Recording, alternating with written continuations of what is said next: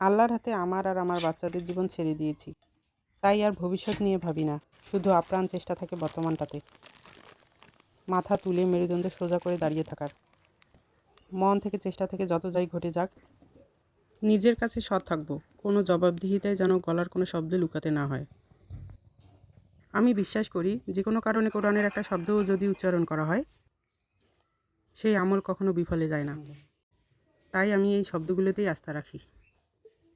গত 5 বছরে আমার জীবনে অনেক ঝড় তুফান গেছে। স্বামীর ছায়া মাথার উপরে না থাকলে চামচিকেও লাথি মারতে ছাড়ে না। ঘরের মানুষগুলোও সুযোগ নিতে বিন্দু পরিমাণ ছাড় দেয় না। অনেকেই ভেবেছে আমাদের মধ্যে বিশ্বাসের টানাপোড়েন ছিল, ভালোবাসার টানাপোড়েন ছিল। ভাবাটা স্বাভাবিক, একেবারেই যে ছিল না এমনও নয়। বছর মানুষটা ঘরেই ফেরেনি, চাইলেই আমি আমার মতো করে মুভ অন করতে পারতাম।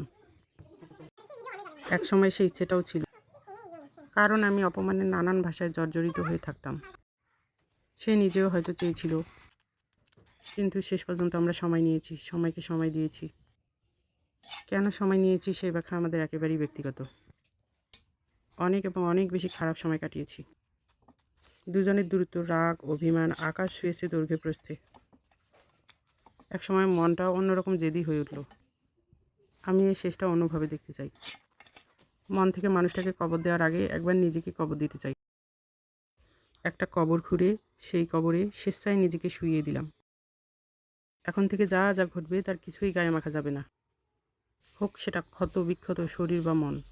সমস্ত মানসিক পরিস্থিতি নিয়েই আমি সে পথে পা বাড়ালাম।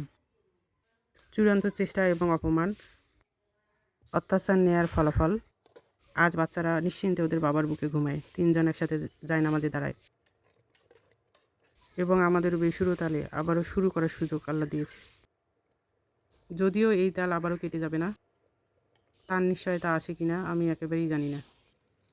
রাগে থাকুক বা ক্ষোভে, 2টা বছর বাড়ির বাইরে থাকলেও আমার জন্মদিনে একটা কেক বাসায় ঠিকই এসেছিল। বাচ্চারা জেনেছিল ওদের মায়ের জন্মদিন ওদের বাবা ভোলে না। এবারও তার ব্যতিক্রম হলো না।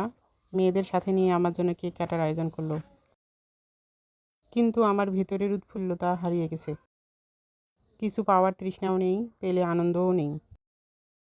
যদি ফিরতেই হয়, সব নষ্ট করে ফেরা উচিত নয়। সমস্ত পিছুটান কেটে গেছে।